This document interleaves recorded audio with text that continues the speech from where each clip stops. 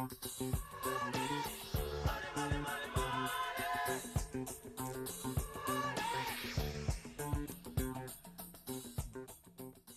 right, thank you very much. Let's get into our business brief segment this morning.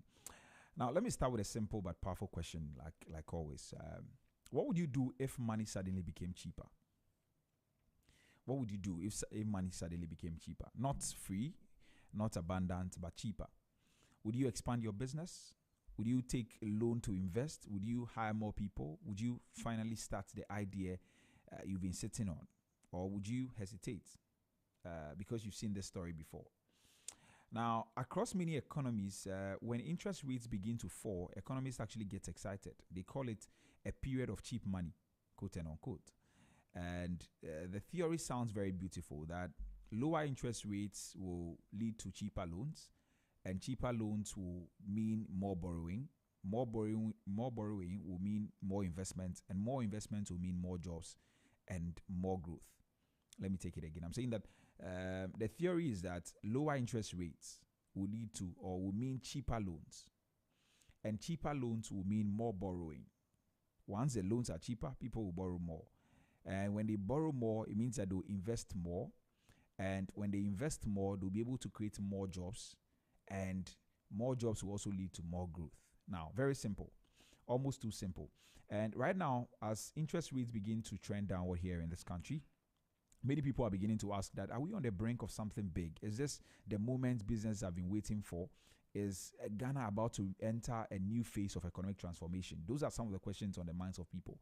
But before we get carried away, I want to take you somewhere. And let's step outside Ghana for a moment, just briefly, and look at a country that tries something very similar. We're talking about Kenya this morning. Now, between 2016 and 2019, Kenya made a very bold move. The government introduced a law that capped interest rates, basically limiting how much banks could charge on their loans. And so there was a cap. And the goal was very clear. Let's make borrowing cheaper so that more people can access credit, more businesses can grow, and so that the economy can expand largely. And I think that sounds familiar. At first, it looked like the right move. Small businesses began to feel hopeful, and entrepreneurs started thinking that maybe now I can afford that loan. And some businesses actually expanded. Some startups entered the market, and there was a boom, because that is what cheap money is actually supposed to do, to give people confidence, to give businesses some room to actually breathe. And for a moment, it seemed like the theory was working. Now, at the same time, something else interesting was happening. Technology stepped in. Platforms like M-Pesa transformed how people access money. Digital lenders emerged. Mobile money loans became fast, simple, and almost instant. And you didn't need to walk into a bank. You didn't need any paperwork at all. You didn't need to wait. And suddenly, credit was everywhere. It was accessible. It was convenient, and at your fingertips. Now, Kenya's economy during parts of this period grew at around, I think, 5 to 6% annually. Not bad, stable, and very promising. But from the outside, it looked like a success story. There was cheap money, there was innovation, and there was growth. But here's where the story becomes interesting, because what looks good in theory does not always play out neatly in reality. You see, while interest rates were capped, banks began to behave differently. Instead of lending money to small businesses, the very people that the policy was supposed to help, the banks became more cautious. Why? Because when you limit how much a bank can charge, you also limit how much risk it is willing to take. So what did they do? They shifted their money away from small businesses, away from risk, towards safer options like government securities. And just like that, something unexpected happened. Credit actually became harder to access for SMEs. And let that sink. Money was cheaper, but access to the money became tighter. And at the same time, digital lenders filled that particular gap. Quick loans, easy approvals, and all of that. But often at a cost anyway. Because while the headline might say that there is cheap money, the real cost of some of these digital loans was quite high. And many people, especially low-income earners, found themselves borrowing again and again. A cycle, convenient but very, very dangerous. Now, over time, concerns started to grow. Over indebtedness, weak regulation, financial stress at household level, and then there was another deeper issue. Despite all this activity, borrowing, lending, digital innovation, Kenya did not suddenly industrialize. Manufacturing remained as a small part of the economy. Much of the borrowing went into consumption and not production. And in simple terms, people were spending but not necessarily building. And by 2019, Kenya made a significant decision. They repealed the interest rates cap law because the reality had become clear. Interest rate policy alone cannot fix structural problems in the economy and all of that. Now, bring that conversation back home to Ghana. We are beginning to see a downward movement in interest rates, and naturally expectations are rising. Businesses are watching, investors are watching, banks are adjusting, because when the rates fall, several things begin to happen. Borrowing becomes more attractive, businesses consider expansion, consumers may spend more, even financial markets like equities can begin to look more appealing compared to fixed income investments. And we've seen that in the past few weeks or months or so. But here's a big question, and I want you to really think about it. Will Ghana's story be different? Because cheap money can be very powerful, but only if the system enters, the system it enters is ready. So let's look at a few realities. Banks don't lend because rates are low. They lend when they are confident they will be repaid. Businesses don't borrow because money is cheaper. They borrow when they see real opportunities for return. And economies don't transform just because credit is available. They transform when the credit goes into productive sectors. For instance, manufacturing, agriculture, industry, and innovation. So the question is not whether interest rates are falling or not. The deeper question is, what are we going to do with this opportunity? What will we do with the opportunity? Because we've seen globally, even in advanced economies, the low interest rates can stimulate growth. Now, after the 2008 global crisis, institutions like the Federal Reserve and the European Central Bank reduced their interest rates significantly to revive their economies. And yes, growth returned. But even the debates continue about long-term effects, the debt levels, the asset bubbles, and inequality and all of that. So this is not a simple story. It is a layered one. And for Ghana, the stakes are very high because if done right, this period of declining rates could actually unlock business expansion, support entrepreneurship, boost investor confidence, and create jobs. But if the underlying challenges remain, inflation pressures, we've seen inflation come down anyway. Currency instability, we've seen currency doing quite well. Yeah. Limited access to credit, structural inefficiencies, then the impact of cheap money may be limited.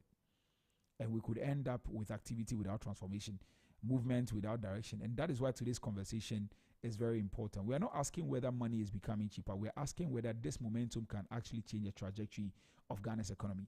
And will structural constraints hold us back? Will businesses truly benefit? Or will credit remain centralized in safe spaces? Will the banks take more risk or become more cautious? Will they invest or they will simply consume? Now, these are the questions we are bringing to the table this morning. I'm glad to be joined. I'm going to be joined by a financial analyst who will help us break this down, not in theory, but in practical and real-world terms. Because at the end of the day, the conversation is not just for economists. It is for the business owner who is thinking about expansion. It's for the entrepreneur considering a loan, the investor who is watching the markets, and everyday Ghanaians trying to understand what all of these means for their pockets. And so that's a very important conversation we're going to have this morning. Don't go anywhere, because just in a moment, we go into the roundtable discussion and begin to unpack this idea of cheap money and what it really means, what it could unlock, and what could actually hold us back as a country. So please don't go anywhere. Stick and stay. We're streaming live on Facebook at ZFMGH and also on YouTube at Z Multimedia. Please visit those platforms, share the link, and also drop a comment if you have any comments, and we'll read them for you. Also, you can send us a WhatsApp on 0544321019, 0544321019, and we'll read your messages for you as well. Okay, so that will be all for our business brief segment. Up next is Transport Today with Solomon Tetenate. Please don't go anywhere. This is the pre-boarding announcement for flight 3728. Ignition sequence start. 6, 5, 4, 3, 2, 1, 0. All engines running. Liftoff. We have a liftoff.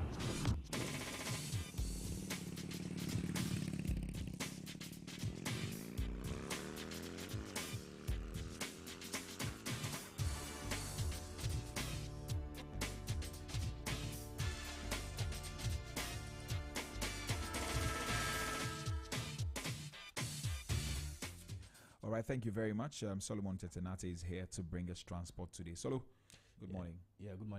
How are you, my brother? Yeah, by the grace of God, I'm doing very well. How about you? Yeah, I'm well too by God's grace. Thank God for life. Yes, Yeah. we're glad to be back. New again. week. Yes, a new week. But yesterday was your birthday and you never told me.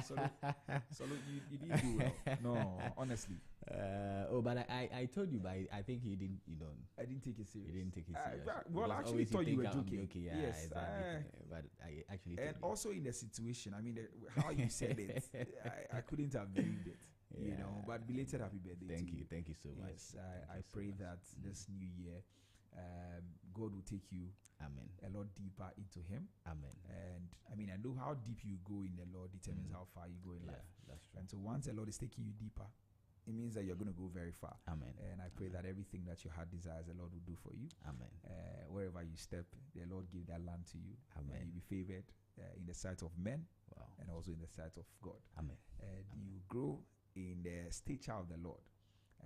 Yes, just like Jesus Christ grew in wisdom and in stature. I pray for you that you also grow in wisdom and stature. I'll turn the service, the whole thing to a service anyway. But thank you God so bless much. you. Yes. Amen. God Amen. bless you. Amen. God Amen. bless you so Thank much, my brother. Yeah. All right. Anyway, tell us what you have for us this morning. All right, so it's time for transport today, and I'm taking you through the local flight schedules for today. We will look at the traffic situation in town and some stories actually trending in the transport sector. But let's start with the flight schedules, and I'm starting with Passion Air Accra to Kumasi. Morning flights are 6:20 a.m., 8:50 a.m., and 11:20 a.m. Afternoon flights are 1:50 p.m.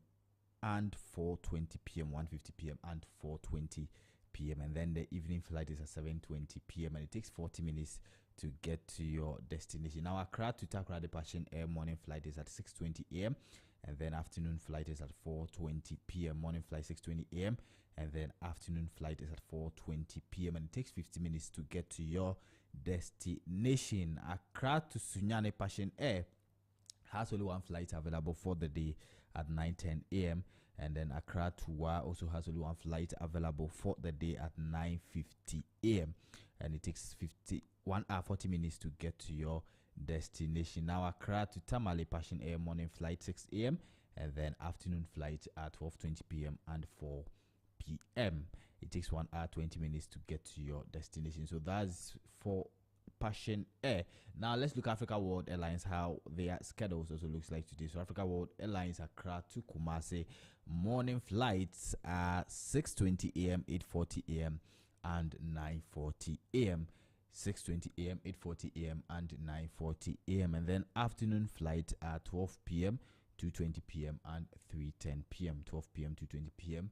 and 3:10 p.m. and then the evening flight is at 7 p.m. It takes 40 minutes to get to your destination. Now, Accra to Takoradi, the Africa World Airlines morning flight is at 7:20 a.m. and then afternoon flight is at 4:30 p.m. Morning flight 7:20 a.m. and then afternoon flight is at 4:30 p.m. and it takes 40 minutes as well to get to your destination. Now, Accra to Tamale, Africa World Airlines Accra to Tamale morning flights are 6:30 a.m. and 9:30 a.m. 6:30 a.m.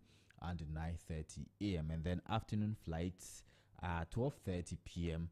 and 3:30 p.m. 12:30 p.m. and 3:30 p.m. and it takes 1 hour to get to your destination. So that's all for the local flight schedules for today. Now let's look at the traffic situation in town. And currently, if you are from Pantine West coming to Adenta Barrier, you are going to experience traffic on the stretch, so you should take note of that. And that's the Adenta Ebri Road. You are going to experience traffic right from Pantine West to Adenta Barrier, and the traffic is actually intense at where the Special Gardens is located, heading towards Ankonam Junction. So you should take note of that if you are using that stretch. And also is building up slowly at where the Adenta Abri Shell Fuel Station is located. So you should also take note of that if you are from Pantine West heading towards Adenta Barrier. So that's the traffic update for you. And also Madina Zongo Junction is very busy at the moment. Madina Zongo Junction is very, very busy at the moment, starting from where the Adenta SDA Church is located, past the Marina Supermarket to the Zongo Junction. And so you should take note of that if you are using the Zongo Junction, right from the Adenta SDA Church. So that's the traffic update for you around that area. Now, Atomic Junction to Presec is also very busy at the moment. Right from Atomic Junction to Presec, you are going to experience some traffic around that area. You should take note of. So that's all for the traffic update around that area. Now let's come to Kotobabi, heading towards Roman Ridge. There's also traffic, massive traffic on the stretch. So right from where the Nils Geek Jolu branch is located, heading towards where the Accra Girls Senior High School is located, there's traffic on the stretch. So you should take note of that if you are using that route at the moment. And so that's the traffic update for you. Now let's look at some stories trending in the aviation sector this morning. So United States Delta congestion pilots contact wrong New York air traffic control tower during landing at LaGuardia, prompting safe go around. So in a rare but significant aviation error, pilot operating Delta Airlines flight DL5752, a Delta connection service from Washington D.C. to New York's LaGuardia Airport, mistakenly contacted the wrong air traffic control tower during the approach. Instead of reaching LaGuardia Tower, the flight crew made their initial communication with the John F. Kennedy International Airport Tower, which could have led to a major confusion, especially in one of the busiest airspace in the world. So fortunately, the New York-based air traffic control system quickly caught the mistake, and the flight crew followed established safety protocols, executing a go-round before proceeding with a safe approach to LaGuardia. So this close call highlights how even minor missteps in air traffic coordination can swiftly corrected to ensure passenger safety.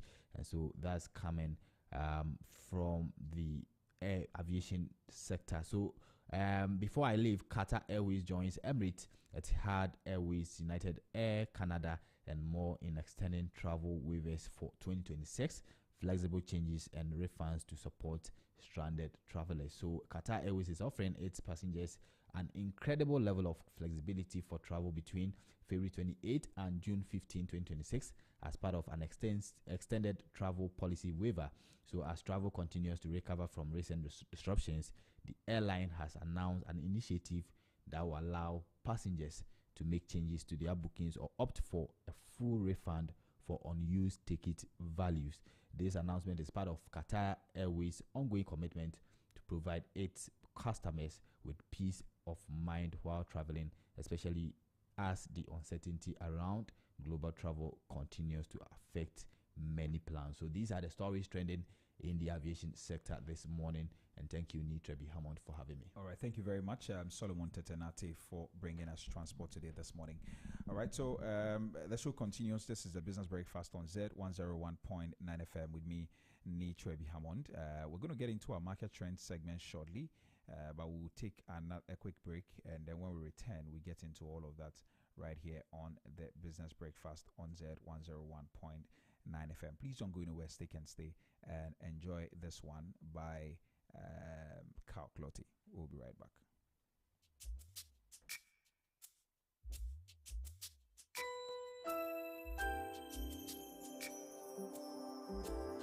Come on. Yeah. Yeah.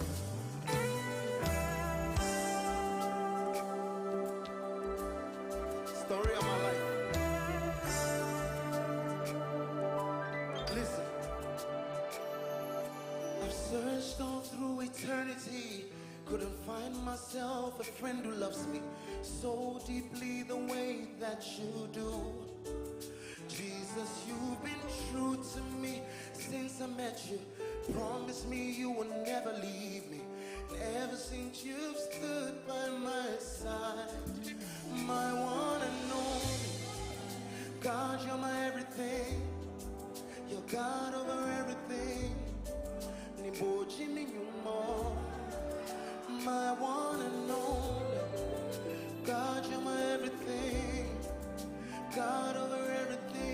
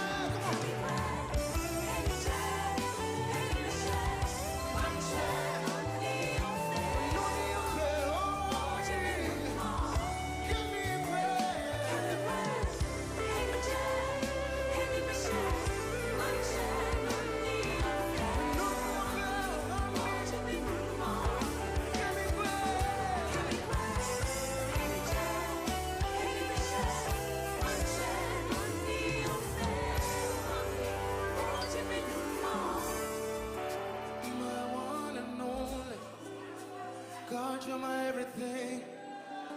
You're God over everything. Bo Jimmy Nyuma. Order your way. My one and only true love is for you. I give it all to you. This is Business Breakfast on Zed 101.9 FM.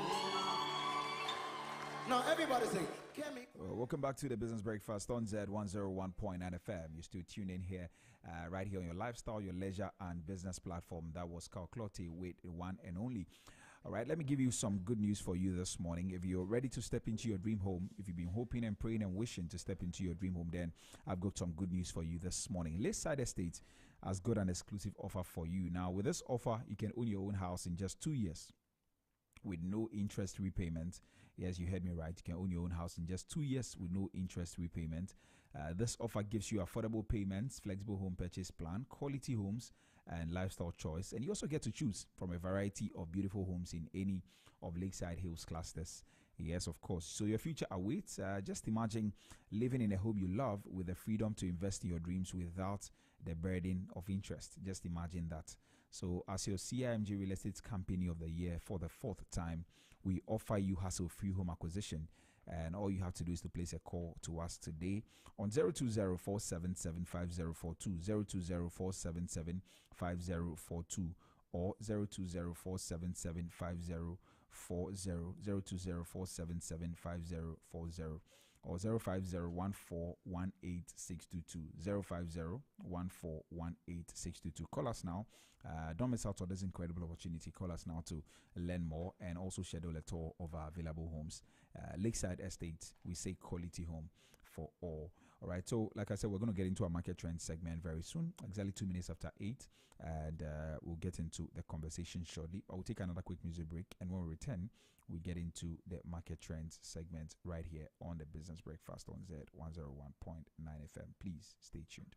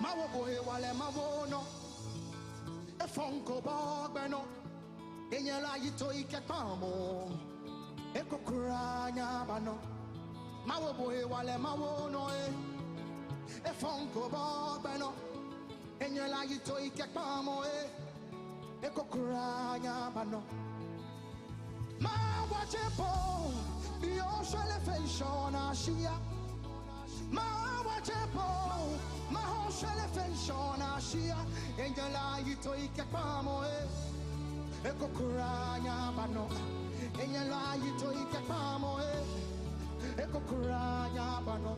Come on.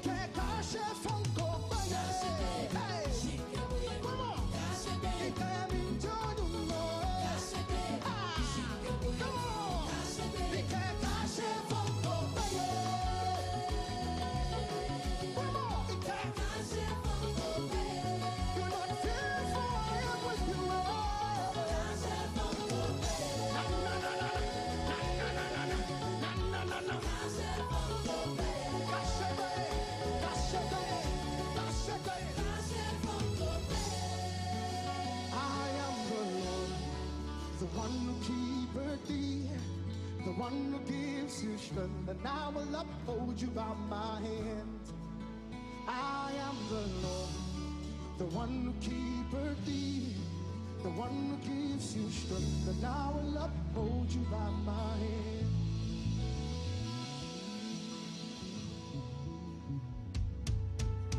Come on, say it. Hey, that's your birthday. It can enjoy you more. Come on, come on. It can cash out from the bay. Hey, it can enjoy you more. Yeah, cash out from the bay. Na na na na na na na na na na na. Cash out from the bay. Let me just and enjoy back at your car. Cash out from the bay. Na na na na na na na na na na na. Cash out from the bay. Cash out from the bay.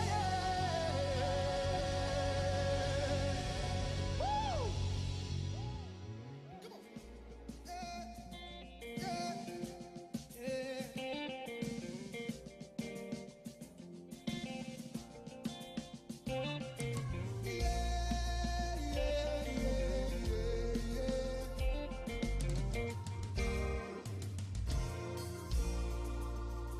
What play my tessa? Oh, bele ache. Ekeke chuchuta hulo panaku oh, bele ache. Chimbolo. Oh, bele ache. Pomoni oke shake oh, bele ache. What play my tessa? Keje chuchu. Chimbolo, Pomoni oke shake what play my tessa, chibo. Kaga chuchu. Chimbolo, Okbele. Pomoni oke shake what play my tessa, chibo. Kaya chuchu, chuchu. Chimbolo, hey. Hey. Hey. Pomoni oke shake yeah. Hallowed be thy name. Yeah, yeah. Hallowed. Hallowed be thy name. Yeah, yeah, yeah. Hallowed be thy name. So worthy of a praise. So I give it all up to you, Lord. King of kings, Lord of lords. Hallowed be thy name. Jehovah Nissi, Jehovah Rapha. I give you praise. Hey, hey, hey. Come on now.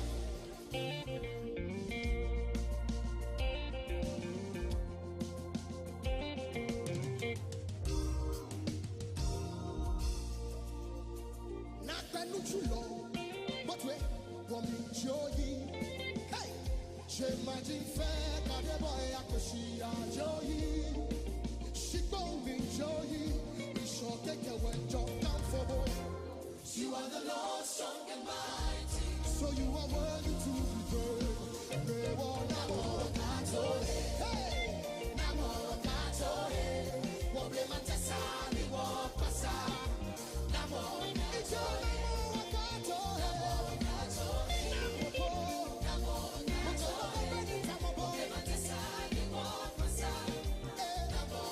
your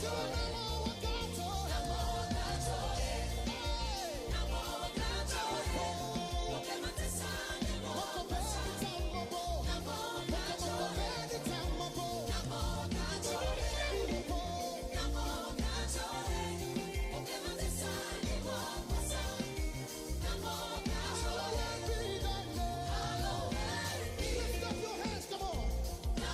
Wave it from side to side. Hallowed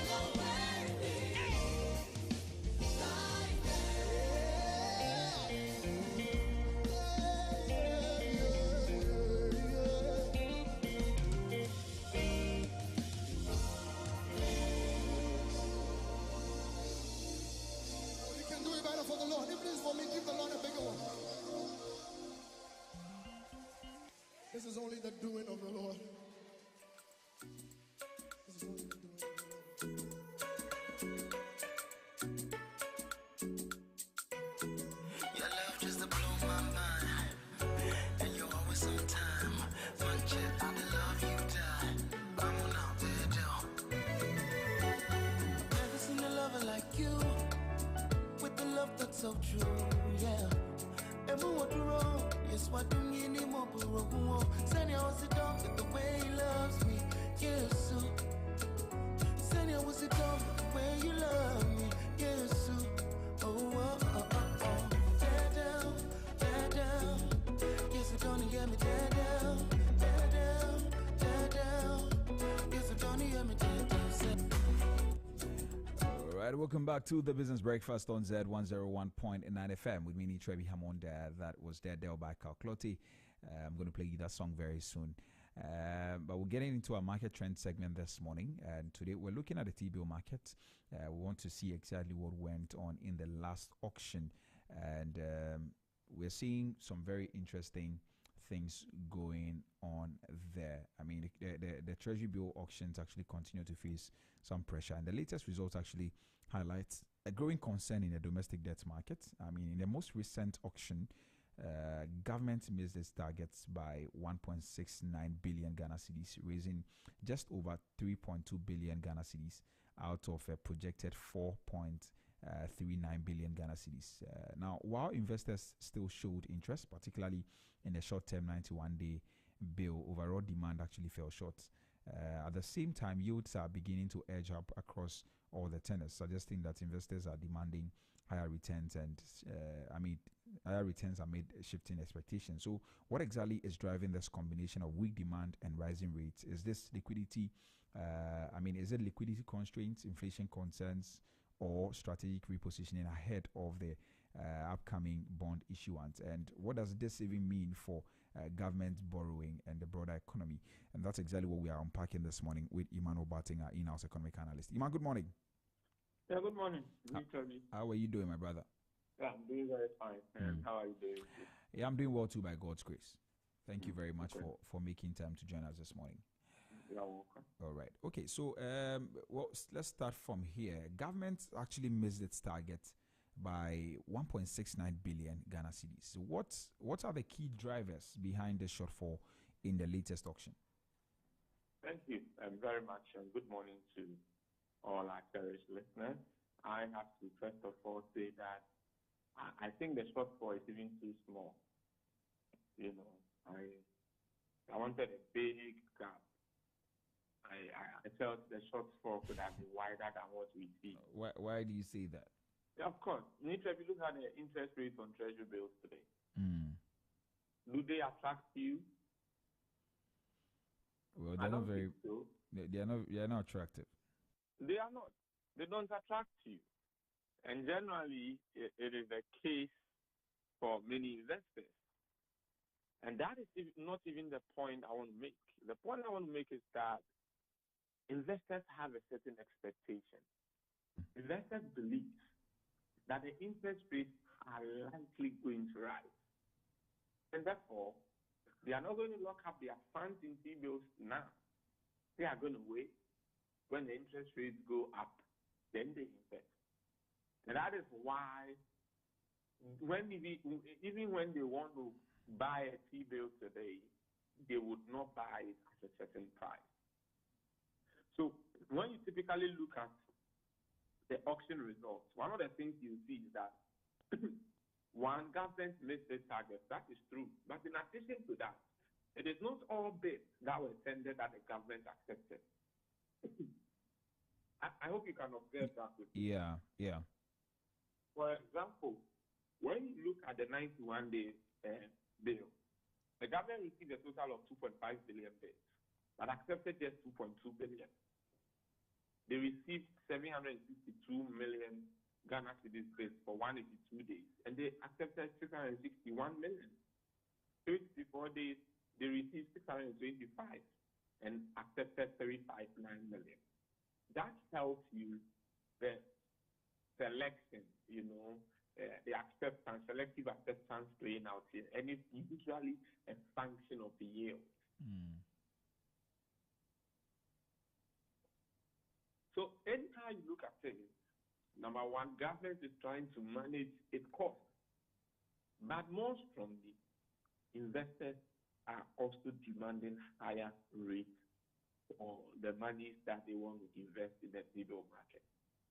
And for those who have an expectation that the rate will increase further in the future, trust me, they would rather invest in the future time where the interest rates are more favorable than in present time now.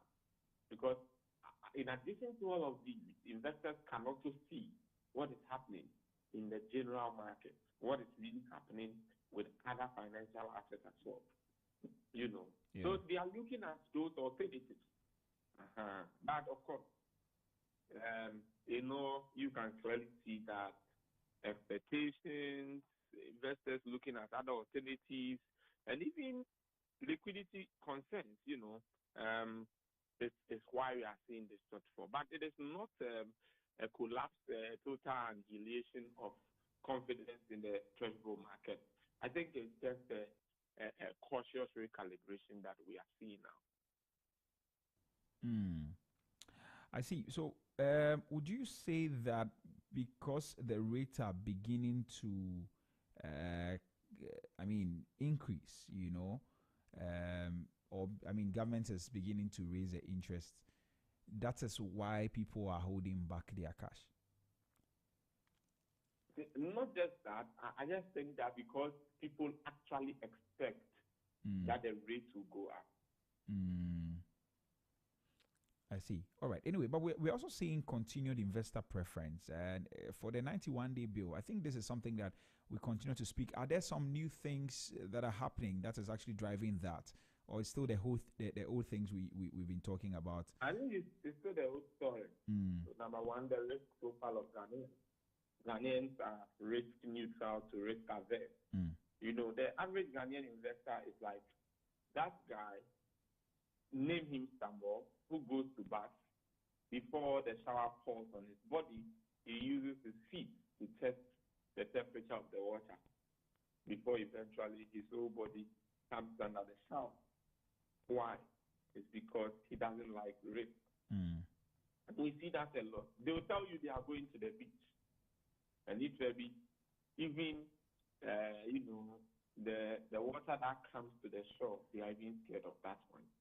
But at the end, they'll post on their social media that they were at the beach. And they'll even take a picture with the sea when they never touch the sea. So this is the risk profile of the average Ghanaian, risk neutral to risk averse. And once they know that something is going to take 1 year before they'll get their returns, they literally, you even get calls. People want to invest in the T-bill market, and they are asking you, in 3 months, what interest will they get? And I'm like, what is that? You know, we are not doing savings. And we are not doing income market enough. But that is generally what it is. Ghanaians do not like to take on more risk. Number two, they believe that the 91-day bill will give them some level of flexibility. You know, after 3 months, my T-bill investment would have matured, and on and on and on and on. They prefer that. And they don't in 3 months. It's difficult for something to substantially change about Ghana's economy. It's also because of what we have also taken investors through as a country. Look at the different cycles within the financial system. Cleanup, debt restructuring, and what have you. It's all been difficult moments, stormy blasts, so many other things. And so generally, you can also understand the psychology of the average Ghanaian investor. I see. Right. So yes, back to the conversation about the interest rates. So interest rates are rising across all the tenors, despite the weak demand. What is driving this upward movement in the yield? Well, number one, demand and supply. Number two, expectation of exchange rate and inflationary pressures. Number three, likely policy adjustments in the future. I think these are the three major points I want to note. Demand and supply. Why? Because in the T-bill market, whenever there is weak demand, you know, it is usually a clear sign that the market is gradually correcting itself for adjustment.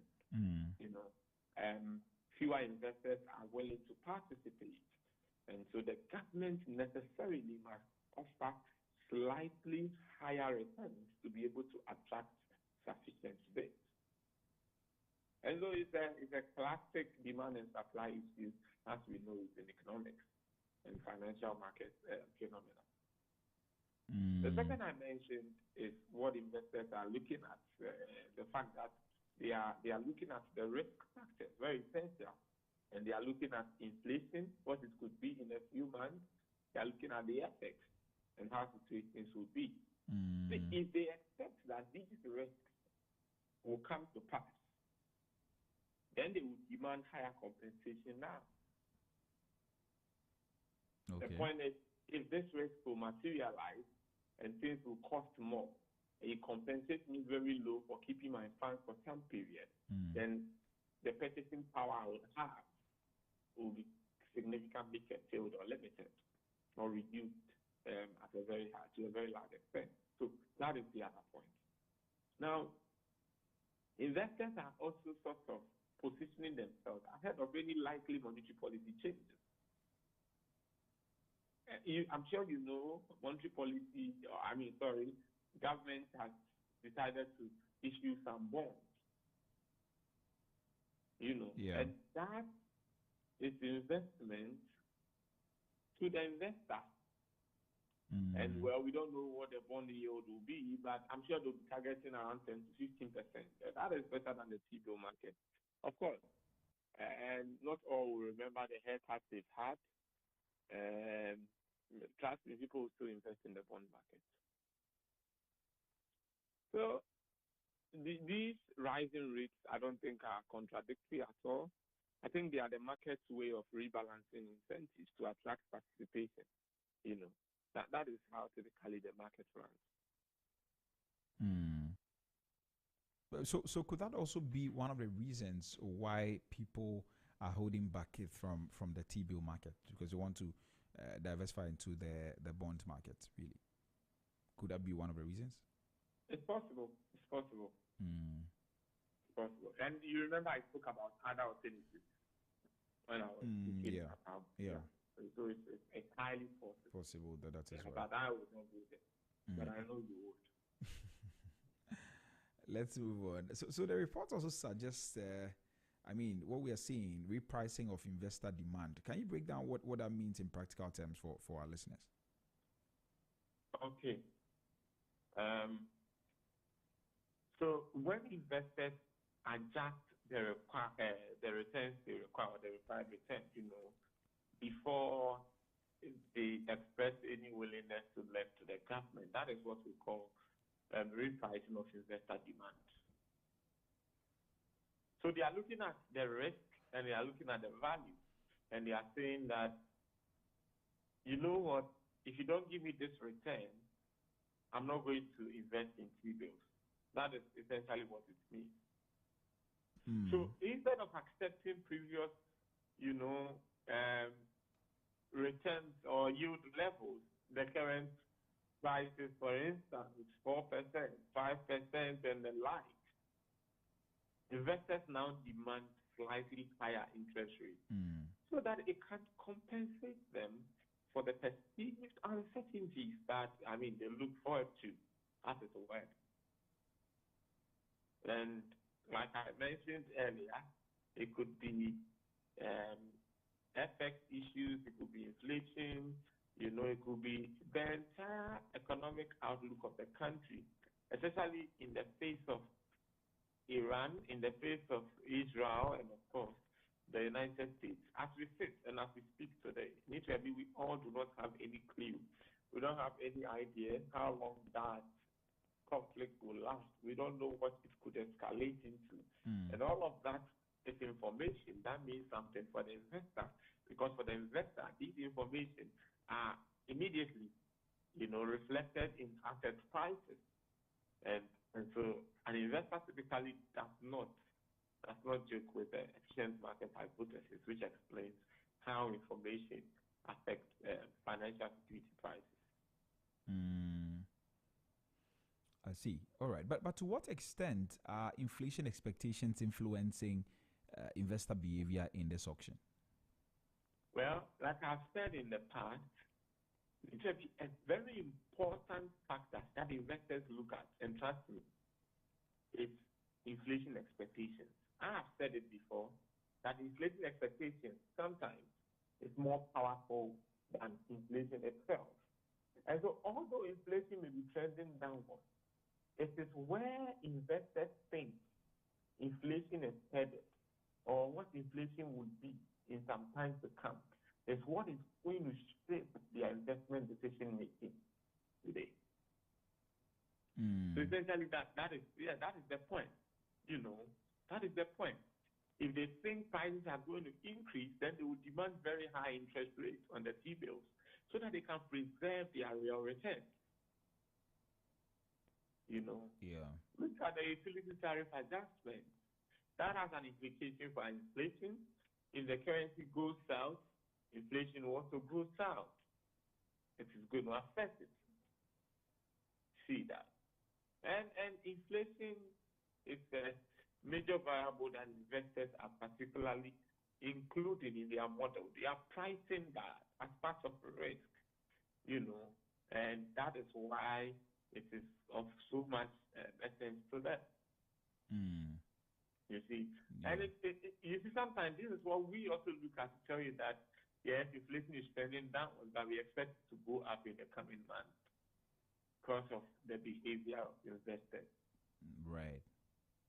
Yeah, and I just don't want to cite them as a mistake again. Yeah. Okay. And of course, we know what that could also do. Right. For it. Okay. Sorry. Permit me to take you back a bit, back to the issuance of the bond. Now, I mean, we all know that there's going to be bond issuance very soon. I think today or tomorrow. I'm not too sure. Or in April, I guess the first of April. I'm not too sure of the specific dates, but it's just around the corner. How does a future bond issuance impact current T-bill subscription? I want you to break that down. This is what I would say. Say again? This is what I would say. These are two classically different financial assets or investment opportunities for investors. Generally, it's not every T-bill investor that also likes the bond market. I hope you appreciate that. On the other hand, we know T-bills are risk-free instruments, but the bond is not a risk-free instrument. If it were, I don't think those who had a head start would have had that.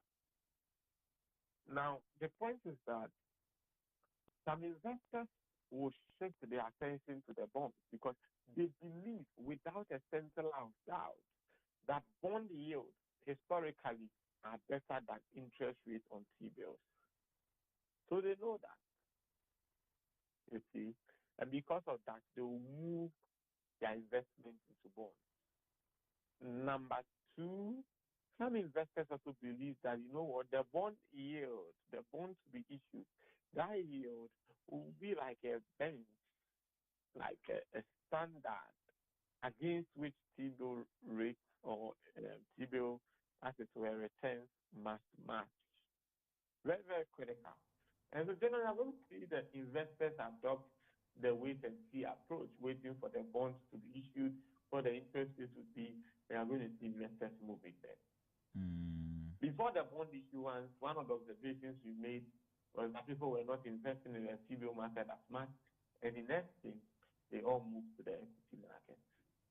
And we see same for the bond market as well. I see. Okay, right. So we're going to see that. Please hold on for me. Just let me announce the lines in case anybody's listening to us and they want to join the conversation. You're free to do that. This morning, we're talking about the T-bill markets and what exactly went on in the latest auction. You're free to send us a WhatsApp on 0544321019, 0544321019. Send us a message and let us let Emmanuel Boateng. I'll let Emmanuel Boateng respond to that if there are questions. Also, you can drop a comment under our live stream. We're on Facebook at ZFMGH and also on YouTube at Zed Multimedia. Feel free to drop a comment. This is a Business Breakfast on Zed right here on your lifestyle, leisure, and business platform with me, Trebi Hammond. Ima, let's continue the conversation. So, now there's also one thing about the Treasury bill. Sorry, the fact that government accepted significantly less than what was tendered in some cases. What informs the decision to reject part of the bids? Oh, thank you. Oh, this question must be directed to Finance Minister. Yeah, thank you very much. But of course, with the data, we can make some comments on it. Sure. The first thing is that government is not under any obligation Okay. legally to accept all bids that come. Right. Let's not forget the key terminologies in the civil market. Bid, auction. I'm sure that rings a bell. When you go for an auction where they are selling, an artwork, the artwork goes to who? The highest bidder. Right. This is auction result. In other words, the T-bills were auctioned. Now, in this case, it is a case that government is borrowing money. That is essentially what is happening. Government borrows your money and gives you back your money at a certain agreed period plus interest rate or plus interest on your money. Yeah. Now, the point is that if the government sees that the price you are demanding, the interest rate that you want for the money you want to invest with them is relatively higher than they can afford, than they can pay for, then they are going to reject your bill or your bid. Your bids, right. In addition to that, they are also interested, in how they are able to manage their exposure. Because this is borrowing on the part of the government, and therefore it is debt, and they must settle.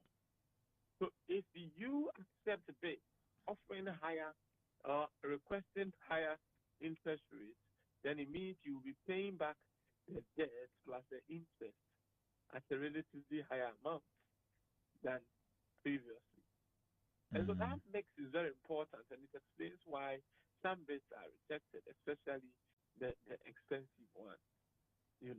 So that is a very a major reason why we see the government reject some of the bids necessarily. The other part too is that, but of course I don't lean towards that as much. Maybe the government does not need all the money, and I say that because in this particular auction result, the government had a higher target. That tells me what amount exactly the government needs. But that would be true in some results where, of course, the total bids that even came in, is way higher than the target that the government set for itself. And in which case, because of liquidity, they don't want to keep so much money on them. They would not have to accept all of that. So all these are major factors, that affect, as it were, government decision to accept or otherwise a T-bill bid that has been submitted. I see. Right. Okay, let's touch on a few other things and then we can go. Now, again, what does this auction tell us about liquidity concerns, or conditions really in the banking sector right now? Well, I must say that the whole point is this. You see, I just think that what the investors are being offered in terms of interest, they don't like it. That's like a simple way to put it. The liquidity conditions are quite tight for them in the banking system. You see, and trust me, if you have free cash flow, and this is what you get for investing it, and another market is offering you better, you go there. But more generally, I think the liquidity conditions are quite tight for them, and they would only invest if they have free cash flow, and if they don't, they are not going to see them invest. And of course, they may. One of the things you're also seeing now is the banks. In fact, I have stories of some banks calling their customers to come for loan and so on and so forth. Usually, these are not things we used to see. Because almost all the banks were investing in the T-bill market. And you see, for the bank, if the T-bill market wants to give them 5%, and they can give out a loan at 20%, 25%, are they not better off? The answer is yes, they are better off. So that is the whole point. But the fact that nearly 4 billion Ghana cedis bids, was still tendered, shows that liquidity is not absent. Perhaps it's not just abundance enough to meet larger targets consistently. Exactly the point. But we can see the market is functioning well, but the market has constraints. Right. Liquidity into house. Yeah. Okay. Now, so we also know that government target for the next auction is 4.67 billion Ghana cedis. How likely is the government to meet it, given the current trends we are seeing? Well, it will depend on the yields. It will depend on liquidity, as it were, conditions and all of that, and also even the timing of sale. So if there are significant maturities or inflows into the banking system before the next auction, then demand could rebound and improve subscription levels. The reverse is also true. But I also think how investors feel about the market, investor sentiment, will also shape this outcome. If we see the yields increasing, then we will see more people being attracted to the T-bill market. And that is very, very important. But if the yield does not, then, we shouldn't be surprised at all what the outcome is. Of course, economic uncertainty is also a major role player. Investors are looking at that. They may not invest if they think the level of uncertainty is just going up and up and up and up. That is essentially the heart of it. So I can't tell what the outcome will be, but there may be a modest recovery. I see. Okay, well, we look forward to that. But anyway, looking at the broader picture, are these repeated undersubscription the temporary issue, or do they signal some deeper structural concerns in our domestic debt market? Well, they are cyclical. They are driven by liquidity timing, investor positioning, market expectations, among other things. So they are quite cyclical. But there is a structural dimension to it. Ghana, we have a heavy reliance, on short-term T-bills for financing, some of our major projects. And it creates constant pressure on weekly auctions. And that makes the system more vulnerable to swings in demand. Now, the preference for short-term instruments is also a reflection of deeper concerns about our medium-term stability. So until investors gain stronger confidence in longer-term economic prospects about our economy, this pattern is likely going to persist. So while some of the volatility is temporary, short-lived, I think the underlying issue, particularly reliance on short-term debt and the level of investor caution, suggests that structural reforms are needed for a long-lasting stability in the T-bill market. I see. All right. Ima, thank you very much. I don't know if you have any final words. Well, my final words about the equity market. It has been bearish for about 2 weeks or more. Once we enter April, I think the bearish periods are likely going to be over. My operative word is likely. Likely, yeah? Yeah. Okay. All right. Ima, thank you very much for your time. I'm really grateful grateful to you for sharing your insights with us this morning. You're welcome. All right. Okay. So, have a nice day. Have a nice day. You too. All right. So that was Emmanuel Boating, our in-house economic analyst, and he was helping us make sense of exactly what went on in the latest auction of the T-bill market. And he said quite a number of things. But If you miss any part of the conversation, you are free to visit our social media platform. We are on Facebook at ZFMGH and on YouTube at Z Multimedia. Please drop a comment there when you visit, and we'll read them for you. But also, you can go and play back the market trend segment for today. But up next is a roundtable discussion, and today we're talking about about cheap money. Really, interest rates are declining, and whether that is actually supposed to going to lead to economic transformation for this country, or there are certain structural things that we have to deal with. Because according to the theory, once interest rates drop, then it means that people are going to be able to borrow more, and when people are able to borrow more, they are able to invest more. When they are able to invest more, they are able to create more jobs, and then more jobs will also lead to more growth.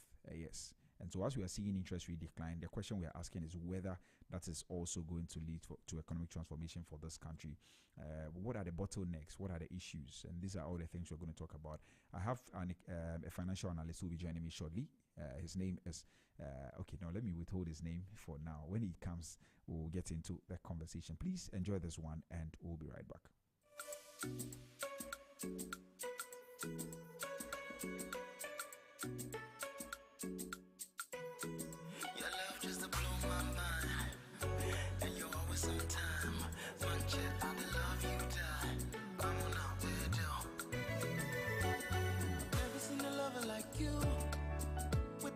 So true, yeah. And what wrong? Yes, what do you need more? Send you was it done with the way he loves me? Yes, so. Send you was it done with the way you love me? Yes, so. Oh,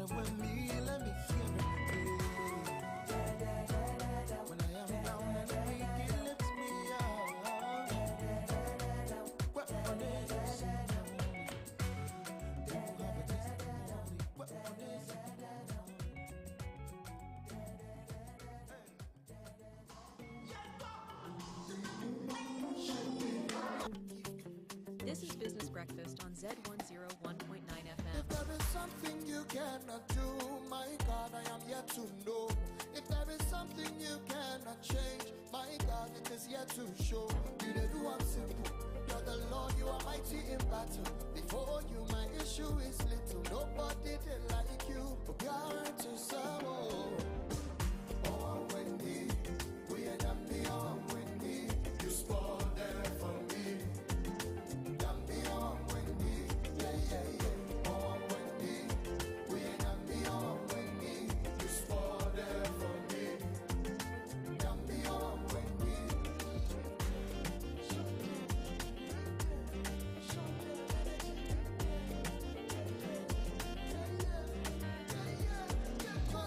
Chala, chala, chala.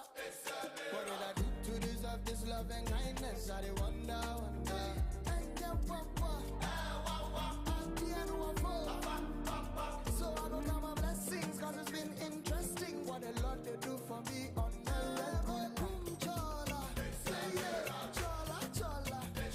What did I do to deserve this love and kindness? I did wonder, wonder. And then so I go count my blessings, cause it's been interesting what the Lord they do for me on the regular. Oh, when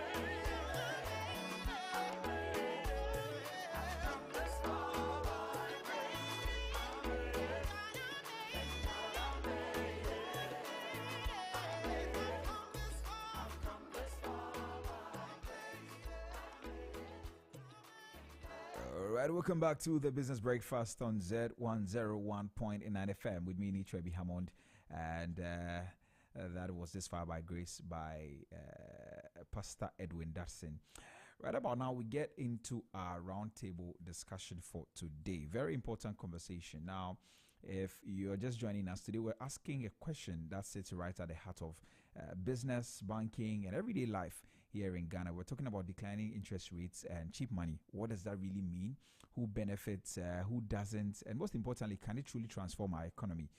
Because for many people, lower interest rates sounds like good news. You know, cheaper money, more borrowing, more investment, and all of that. But as we are about to find out, this story might not be the same, or it says the same, and we get to find out from my guest. And to help us break all of this down, we are joined by John Che. He is a financial analyst and someone who understands both the numbers and the real world impact behind them. John, good morning. You're welcome. Good morning, Mr. Hammond. Good morning to our listeners. How are you doing, my brother? I'm doing very well. Things are, in terms of the global economy, things are shaping up, especially because of the Ukraine and Russia war. And I think we are all worried whether the gains we are making can be sustained. Did you mean the Iran-Israel war? Iran-Israel war, and yes. US. Okay. Yes. Right. Okay, so let's talk about. There's quite a number of things to talk about this morning, but let's start from here. Now, when people hear cheap money, what does it mean? What is cheap money? Okay, so cheap money is all about your ability to get funds to do whatever you want at a reduced cost. So for example, if maybe you want 100,000 to do something, let's say a bank is charging you 10%. It means that for the whole year, as you're using 100,000, let's say 100,000, you're only paying 10,000. Right. And that makes it cheap for you to pay back.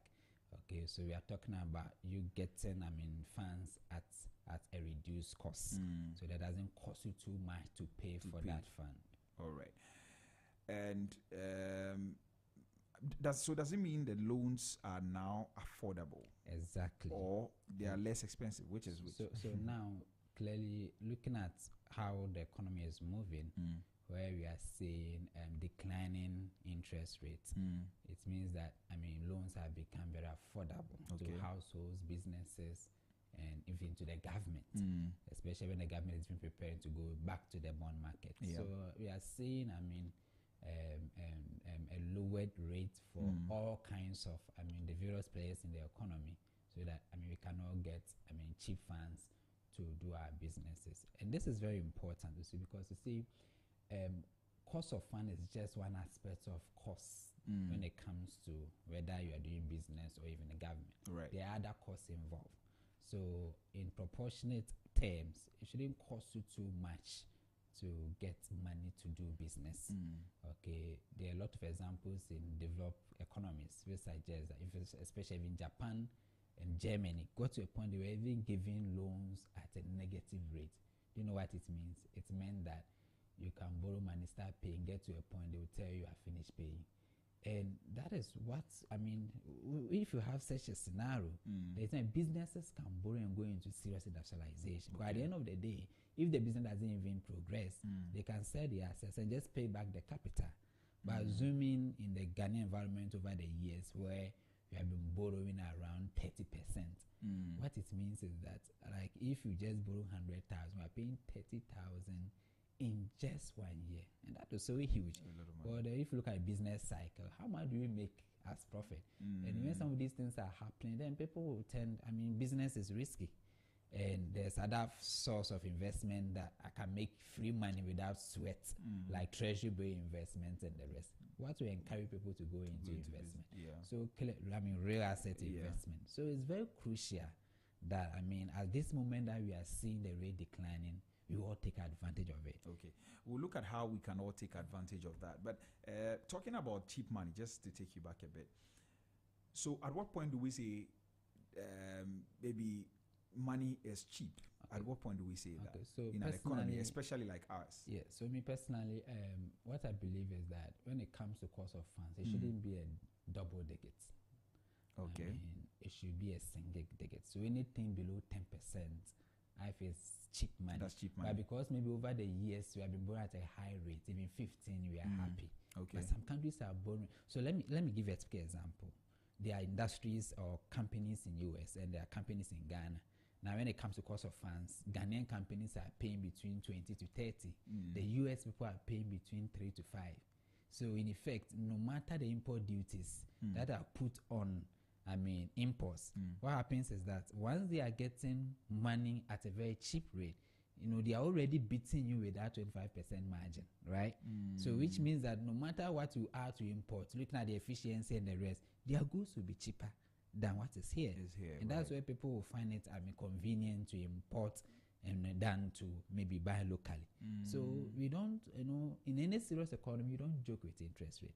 And if you look at historical facts, you realize that countries with low economic growth and has those high interest rates because they need to convince people to by raising the rates to get people to invest with them, right? But if the economy is growing, everything is fine, then the rates must come down to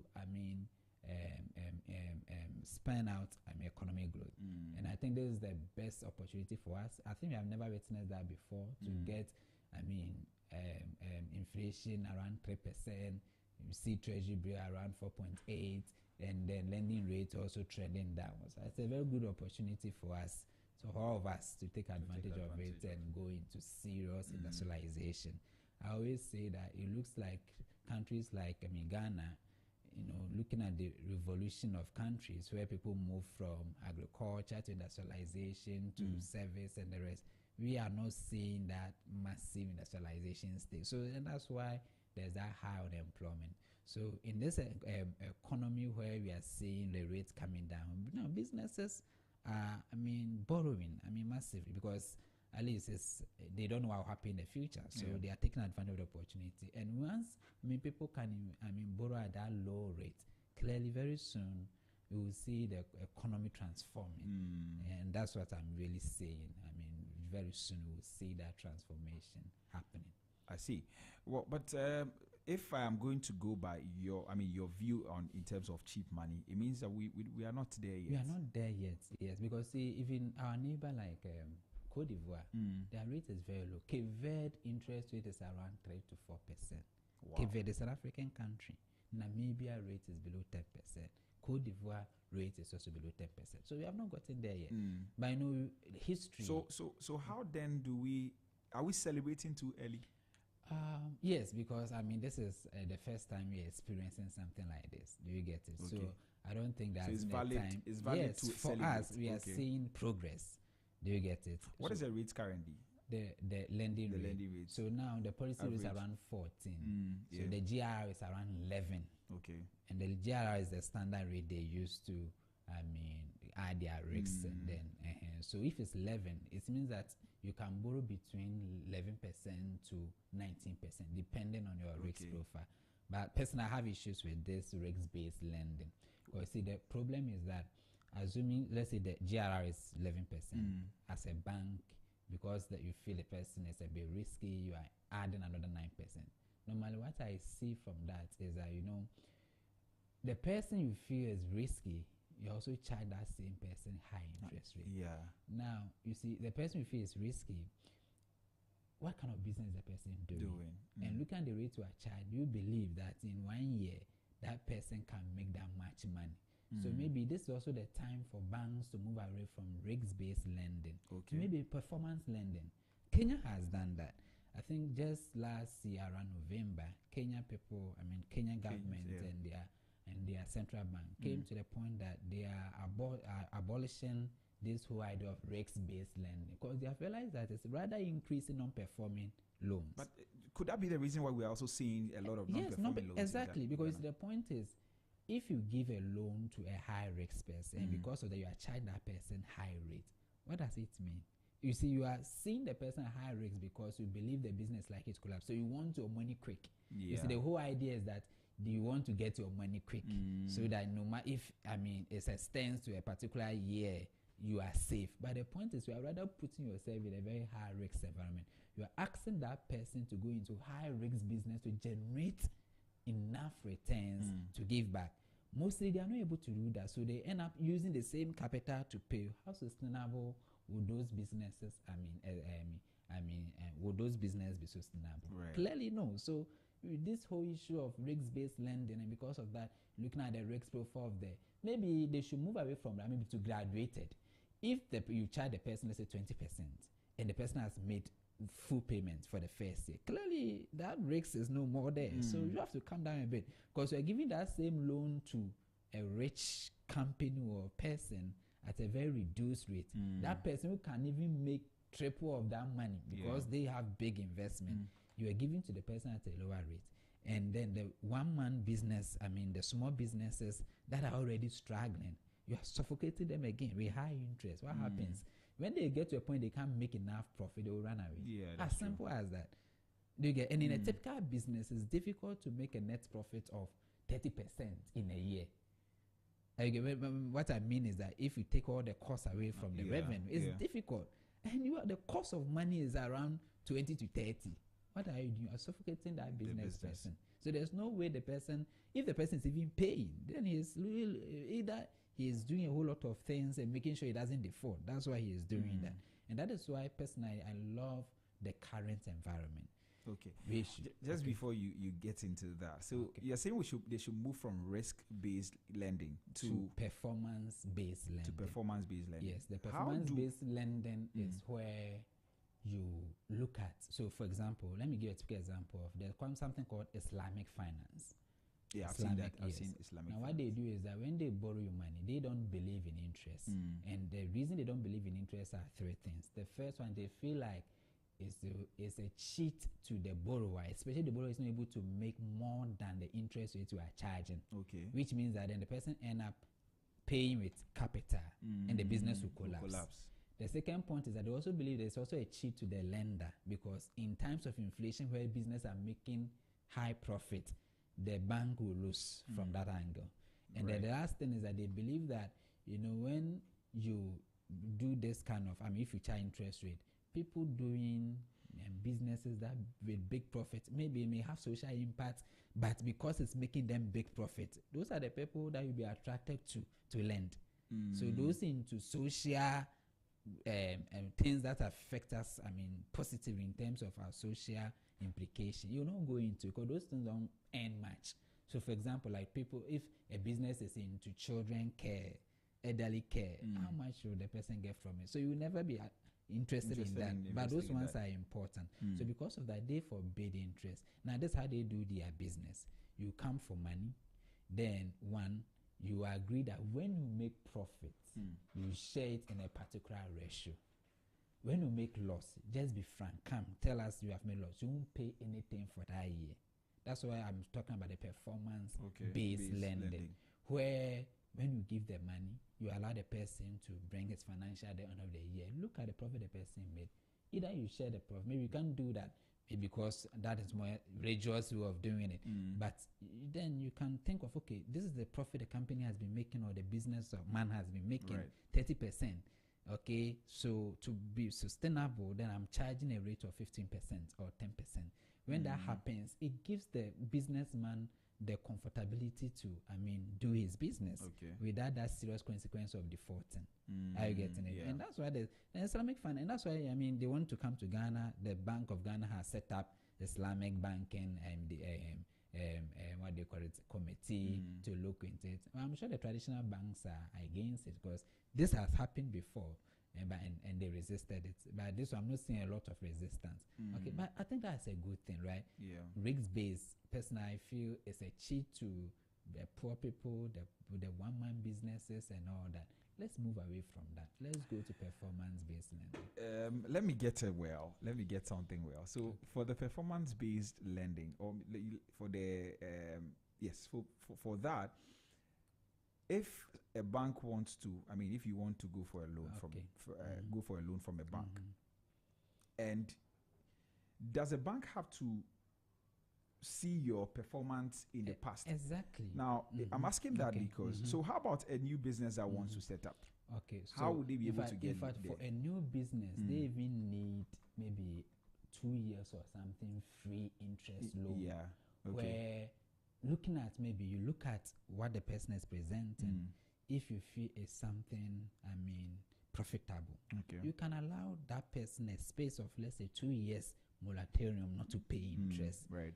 Because see, the moment the person comes for loan and you are charging that person fixed interest, what it means that no matter what, you see, he's not even testing the business. He doesn't even know what will happen in 1 year's time. But you are asking the person. Isn't that valid for the banks to be now? And that is going more for the risk? counterproductive. Okay. Because when you do that and the person realizes that he can't make that money to pay back, what happens? The person will run away. Exactly the point. Then you have a lot of NPLs. Exactly. So why don't you allow the person to be in business for some time, maybe 1 year or so? The person just needs to come and present. You see, that's why I said in the past our banks have been a little lazy about lending because treasury rate was already high. They didn't really care so much about it. Do you get it? So if you look at our bank's portfolio in terms of investment, about 80 to 90% is in treasury bills. Do you get it? Because they feel that is safe. Yeah. No, you look at some countries, and let me get to example. There are some countries that a lot of their profit is not coming from interest. Banks, typical banks, but they get a lot of their funds coming from fees and commissions. And the fees and commissions, what the bank does, for people, whether advice, all those kind of, apart from just the loans they are giving you. So, for example, you can give a businessman loan. It's just not just that. You can also provide other services. Like maybe analysis of what is happening, giving him a different perspective for a fee. And if you go to the outside world, banks makes a lot of money from those things compared to, because you see in the environment, the rate is very low, 4%. So they are not really interested in just the lending aspect. They are more interested in the other service that they will get fees and commission. Here, you look at fees and commission, it's just about 2%, 10% of the whole company's revenue. The whole bank's revenue. Do you get it? So I'm sure, things are changing. I'm very sure we get them. I see. So the trends that we are seeing in terms of the decline in the rates, is it something temporary or something that will be around for a while?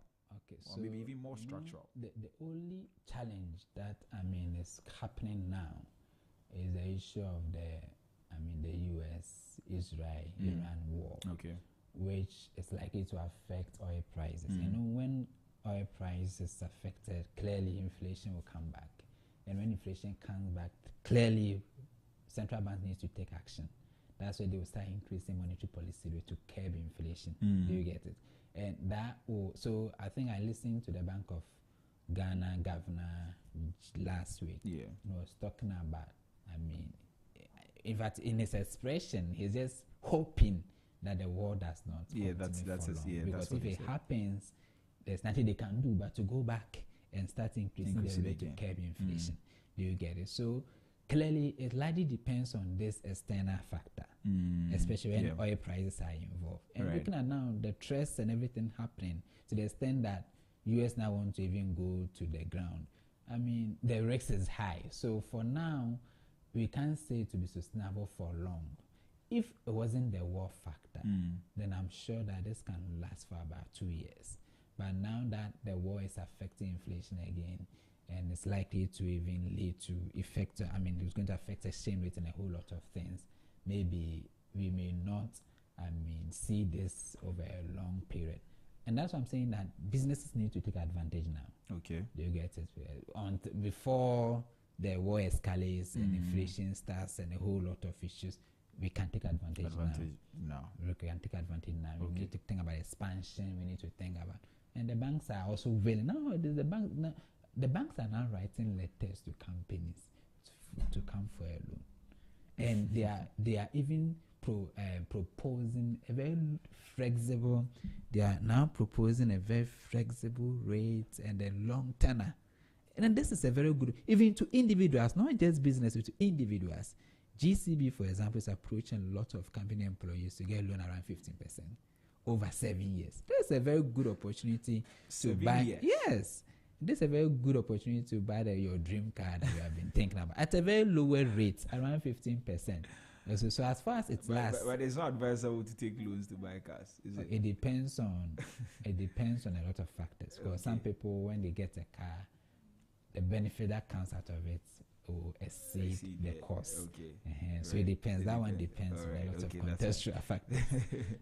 Okay, so typically, okay, let me just announce the lines in case anybody's listening to us. Exactly 31 after 9. This is the Business Breakfast on Zed 101.9 FM with me, Nichwebi Hammond. And this morning we're having a conversation. We're looking at the declining rates and whether that is actually going to lead to economic transformation for us as a country. Typically, that is what must happen, but we want to see whether indeed that is what we are going to see here in this country as well. You're free to join the conversation. We're streaming live on Facebook at ZFMGH and on YouTube at Z Multimedia. Please feel free to drop a comment on the live stream and we'll read them for you. Also, you can send us a WhatsApp on 0544321019, 0544321019, and we'll read your messages for you as well. You can also call us on 03039566641, 03039566641, and we'll read your messages. Sorry, we'll give you the opportunity to share your thoughts with us this morning. My guest is John Che. He's a financial analyst, and he's helping us have this conversation this morning. John, let's continue the conversation. So, So indeed, interest rates are declining, and that is good news. I mean, from what you said, for businesses to be able to expand. But I want us to know, how do lower interest rates typically affect businesses, especially SMEs? Okay. How does that work? Yes. So the whole point is that once lending rates is going down, maybe at first was around 30. Typical SMEs, you're getting loans at 30. It is now coming around 15%. Let's say 15%. It means that the cost of funds have reduced by half. Do you get it? Those who are already in existing loans, maybe they can talk to their banks for negotiation. I mean, they need to negotiate to benefit from what is happening now. But I mean, businesses, clearly, it means that your costs of funds have reduced. And now you will be paying less than what you are used to pay when it comes to, your loans portfolio. And this is the best time to, borrow. Yeah. Because we don't know how long this will last, and we don't know how far it can even go down again. It is very, looking at, I don't think banks will go lower again, right? So this is the best opportunity. Getting a loan at 15% to let's say 19% is good. And I'm very sure that, if we start, borrowing maybe aggressively to expand our business, the costs will not be too much on us, and we can do what we want to do. So clearly, SMEs, so now for them, this whole idea of risk-based lending has always increased their costs. But I think now we are seeing that coming down. If banks are willing to even borrow to individuals at that lower rate, then businesses that are being sustainable and profitable will get it even at a much lower rate. Because the banks don't have any option. The point is, you either give to government at 4.8% or give to individuals even at 10, 12. Look at the profit we are making out of it. Even that, if you want to even give to the businesses, then I think that you don't have to increase it because of the risk involved. Exactly. So you see how do it translate to us? So normally, you see, when these things are happening, we should not be in a rush. In terms of if you go for a loan and the bank says, I'm taking 19%, reject it and go to another. You see, let them see that, we want to also benefit from what is happening. Do you get it? Yeah. So, and that's how it can translate. When they realize that, people are not coming for the loan and what they are getting from government is too small, they'll be forced to also reduce the rate. Do you get it? Yeah. So now we should not be in a hurry.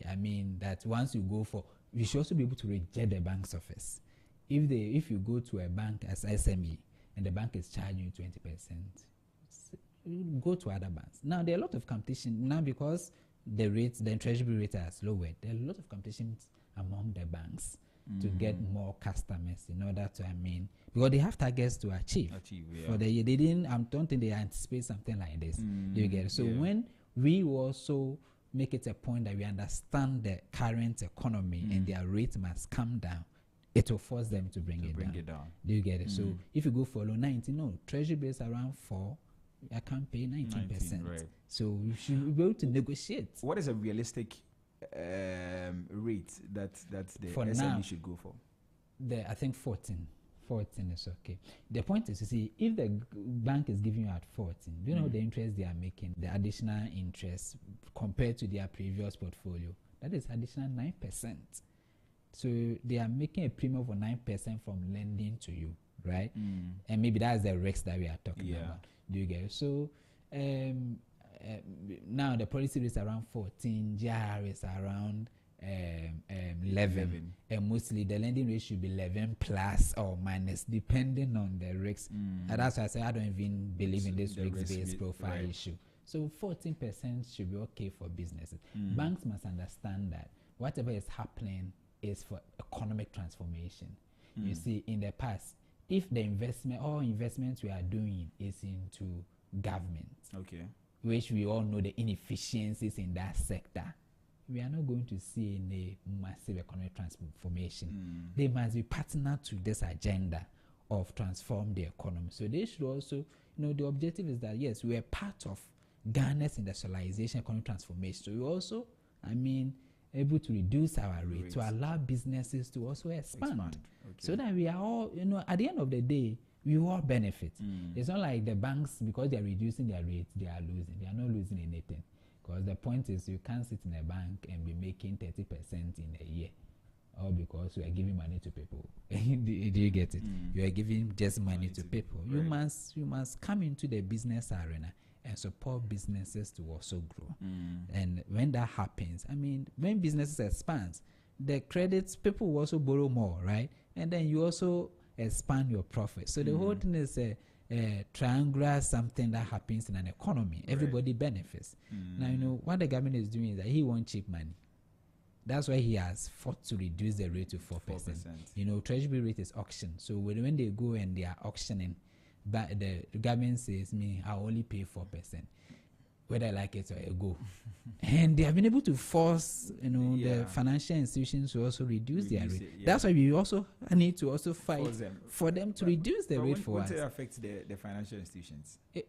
You see, that's what I'm saying, that, you see, in some economies, they make more from fees and commissions. And these fees and commissions. We don't do that here. We don't do that here. Yeah. But you see, this whole fees commission comes from this supply chain finance, where you as a bank, you now support the whole supply chain, the whole supply chain business, where if somebody is importing, exporting, you are involved, you are giving advice. You are doing more than just the lending aspect. Do you get? When you do that, you also make more money from that. And you see, once the issue is that sometimes some of these things are volume based than just small base that gives you huge profit, which even increases non-performing loans at the long term. Right. Focus on volume lending. The point is, as far as you reduce your rate, more people can borrow because the fund is cheaper. And once they are borrowing, that small margin you are making, you even make more than the 3 people who were borrowing and paying that huge interest, and at the same time, if you're not paying and increase your non-performing loans portfolio.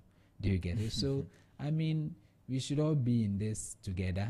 We want serious economic transformation. The government has led the way to make his, government says that I don't even want my investment to be attractive anymore. I want you to focus on the risk sector. And that's what we all need to do. The banks should also focus on the risk sector. Make it cheaper for them. Help them grow. Do you get? Be partners than just one profit. So we are just, giving to you at a high rate. Okay. All right. So if I get you well, we're saying that businesses should be excited to take advantage of what we are seeing in terms of the economy. They should go into borrow, and they can do that. But they have to still be cautious anyway, I guess. Yes, they have to be cautious. What are some of the things that they have to look at to be cautious of? Okay, so you see, in developed economies, we have history to suggest that when some of these things happen, it's normally. Let me give a simple explanation of the financial crisis. Okay. What happened was that as interest rate was declining like this. Which one here in Ghana? I'm talking about US. The 2008. When the interest rate was declining like that, many people went to borrow money, and we know what they were using the money to for. They were using for real estate investment. So because the loans were cheap, everybody was borrowing and everybody was building. So there was huge supply of houses. And those times, because housing was a major problem in US, everybody anticipated that the price of housing will go up. Okay. And so let's all go into it. Right. And everybody was, borrowing and using the houses as collateral. You know what happened? Then house price dropped. Now, because there was oversupply in terms of demand. Now, when that happens, they were not able to pay their loan. So the banks took over the houses. Now, when the banks took over the houses, they were also not able to give it out because nobody was, didn't have buyers to buy even the houses at a reduced rate. So the government has now bailed them out. So the government took over the houses and gave the banks money to survive. So normally when some of these things happen, we should be a bit careful of the kind of businesses that we are going into. Okay. Because you see, for example, when people say, oh, there's reduced rate, so let me go and build and rent. Everybody is going to build and rent. By the time you realize there's oversupply and the houses are there, and if nobody is even renting, then what happens? You default on your loan, the houses are taken over, and another financial crisis can happen. So some of these things, you have to be very careful of the kind of investment that you do as a businessman. Do you get it? There are some assets that are very illiquid, meaning, it takes time to sell. Okay. Those ones, if you go and borrow money to do it, you may have challenges in the future, especially when there are issues of, prices of those things declining and the economy becoming a bit difficult. Okay. That will complicate things. So maybe let's focus more on investments that are a bit liquid. And I say they're a bit liquid, things like oil and gas, everything people are buying, selling. You get things like, I'm not saying that people shouldn't go into that long term. Just that I'm saying we should be a bit mindful of that because, it has happened as well before and it caused a lot of havoc. Okay, so, these are the things that we need to, consider as far as the risk is concerned. So are there some sectors that, so what, first of all, what types of businesses are likely to actually, benefit from the declining rates? Oh, I think. Or is it all businesses? All businesses, but most often the businesses that are into very liquid investment. Okay. Because those liquid, like oil and gas, mining, every time you are exporting gold, you are selling petrol, diesel. So those ones we can easily make a lot of returns and even reinvest, borrow more, and do a whole lot of stuff. Do you get it? But there are some sectors like real estate that you can borrow the money now, get a lower rate.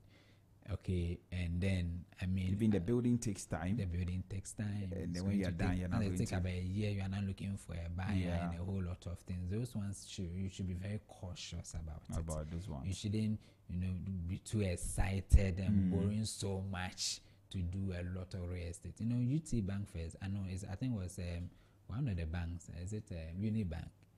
One of the major issues that caused their problem was real estate investment. So most of their portfolios went into real estate. So when they were struggling with liquidity problems, look at what happened to them. So those investments, we have to be a bit mindful. Okay. By investment that the turnover is high in a year, those ones are good businesses to venture into. When I say turnover, like you can do it multiple times, you can sell it multiple times, maybe 20 times in a year, 10 times in a year. Those ones are good to invest safely. But are there some businesses that may not feel any real impact from the lower rates at all? Oh, personally, I don't think so. Do you get it? Because every business needs money, and every business needs cheaper money. Cheap money to finance their operations, including even NGOs. Do you get it? Yeah. So I think every sector in this economy must take advantage of the current situation and expand. Because the expansion even brings employment.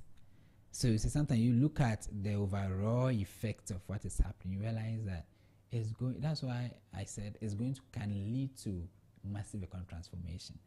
When businesses are getting cheaper loans and they're expanding and they are employing more people, you can see the cycle continues and everybody becomes happy. Do you get it? So it's something good.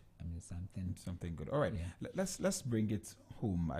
But just before we bring it home, let's talk about the banks again. Okay. Now, you said something that created the impression that the banks will not go through any risk at all, because I know that once the rates are falling, they'll have to lend at a very lower rate. Yes. And once they are lending at a lower rate, Yes. they also get into a risk. Or Okay. So you see, one major issue you need to look at, especially when it comes to the banking industry, is that most of the monies they are using, about 90%, is depositors' funds. I want you to understand from this point. Now, how much do they give to depositors in a year on our savings? Most often, just around 1%, 5% yes. in a year. Then they lend to people at, let's say, at first, 30, 25, right? Now, look at the margin they are making. And the question is, they were becoming more prosperous. They are building a lot of branches. They were making serious money. Do you get? Because most of the monies they are using are already cheap to them. But they make it expensive to us. Right. Do you get it? So it's just going to reduce their margin. But they need to understand that in this current economic environment, things have changed. It is no more the banks making cheap money again. Right. They need to work extra. The historical fact that Ghanaian banks always rely on high interest rate. It should be a thing of the past. The economy is transforming. So they should also understand it and understand how they can also, diversify their businesses. If I was just into treasury investment, you have to think about something we're not doing. You look at Western world banking, sector, how they do their things. Then you also learn from it. Because you ask yourself, countries like US, Turkey, even Japan, they have banks, right? And I was explaining to you that their rate is sometimes even zero. So how do they make their money? And they are surviving. They're still surviving. Exactly. So I feel here the banks were making supernormal profit. They only use. It's now time for them to also get back to. and they were always using this risk-based lending, risk-based lending. I think that conversation should be over. Okay. They should focus on performance-based lending. All right. So now let's bring this closer to home. For the ordinary Ghanaian, someone who may not be running businesses, what does all of these things mean to them? Okay. So you see, once the lending rate is going down, and people borrow to do a whole lot of things. Right. They borrow to fund their children's education. They borrow to medical bills. People borrow for different reasons. Yeah. And they are all going to benefit. Because you see, once the commercial rate is down, clearly the individual lending rate will also reduce. Do you get? Because the point is, at first, we were not seeing monetary policy feeding into lending rates. But now, because of the GRR, it automatically hits the lending rate. And I don't think as a bank, in your conscience, you feel you should give loans to individuals at GRR plus, let's say 12%, 13%, 14%. Do you get it? So what it means is that individuals are also going to benefit. They're also going to get loans that whatever they were using for, especially teachers, police, soldiers. I don't know if you have seen pay slip of some of these people. You see there are a lot of loans. And they pay so much. I know some people can even borrow just 2,000 and end up paying 4,000 in just 2 years. Yes, because the person is an individual. Okay, so, and they feel risks. But the question is, sometimes you see, you just go down.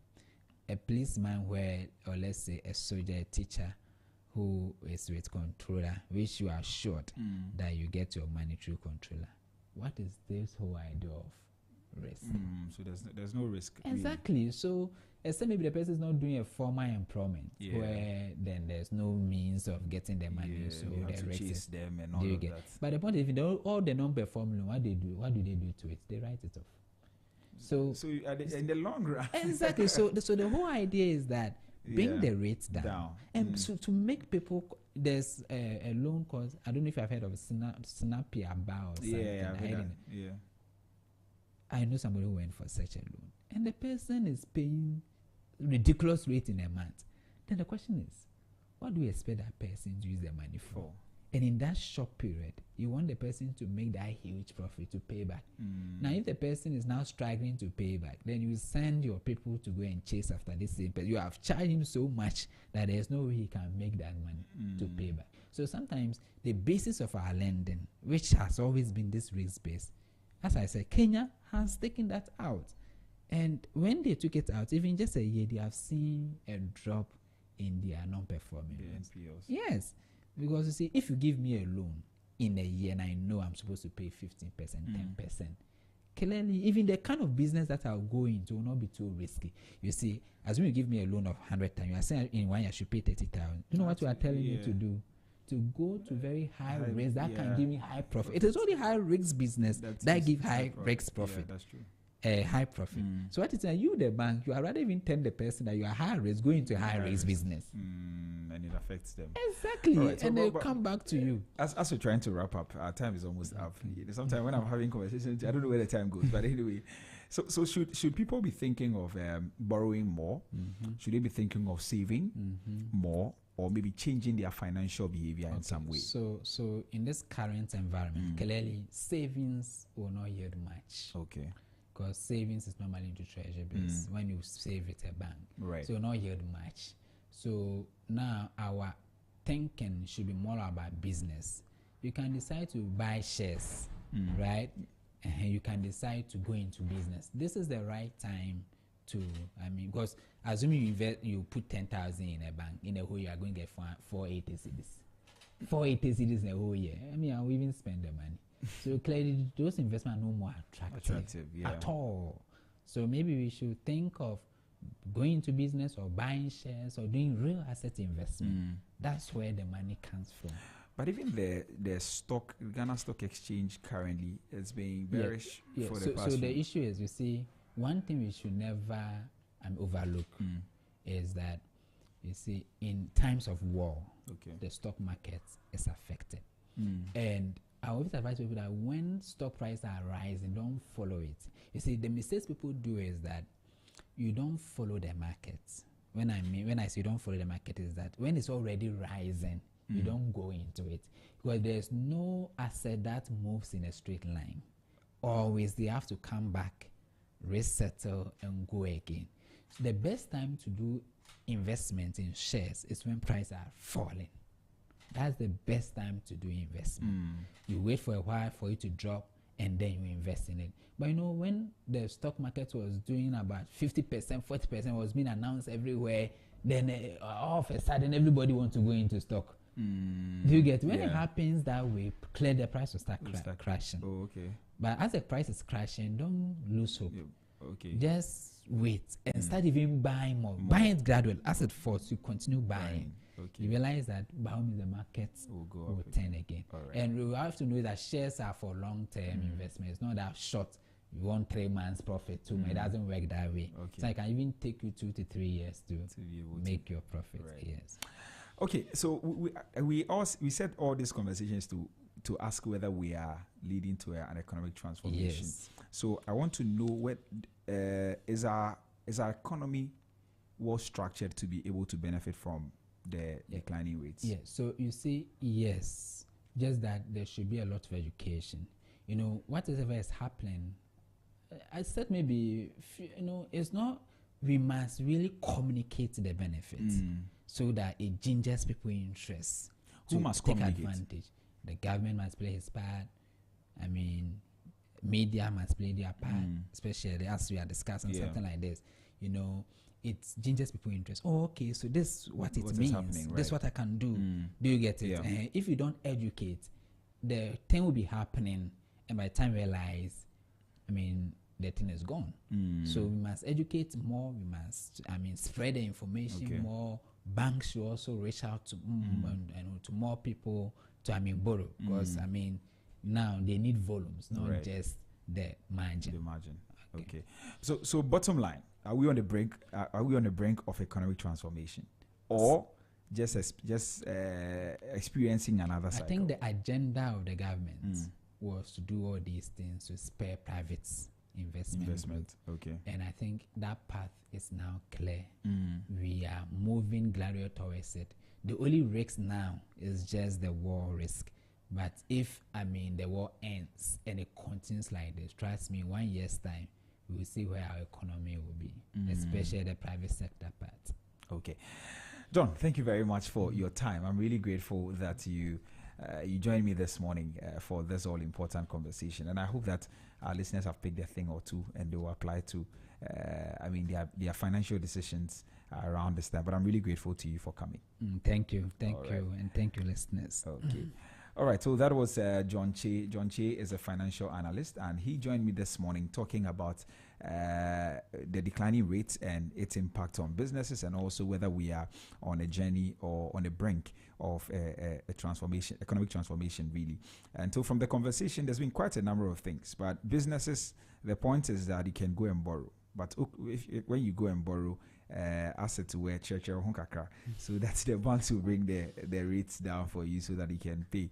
And John Che says that a significant one, or a smart, or a very, for lack of better words, a realistic rate for now is 14%. So you can actually negotiate to that point, and then you can get into business, expand your business, do more things, and be able to grow, so that in the long run the economy will be able to do well. That's a goal at the end of the day. So that is that. For individuals who listen to us this morning, the whole thing is that you can also borrow into sectors that you think that you can actually get a yield and pay back. So that's a good time to go into borrowing. Savings might not be the best, but also you can also look at investing, go into shares and all of that.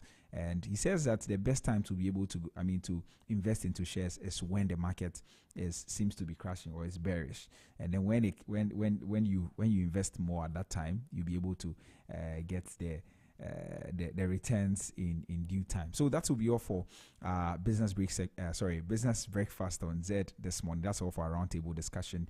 We're back again tomorrow for some more interesting conversations. Until then, please keep listening to Zed 101.9 FM. My name is Nicho Ebi Hammond. I'll see you tomorrow. Up next is The Brighter Side with Jeremy Okoria Mwako. When you think Ghana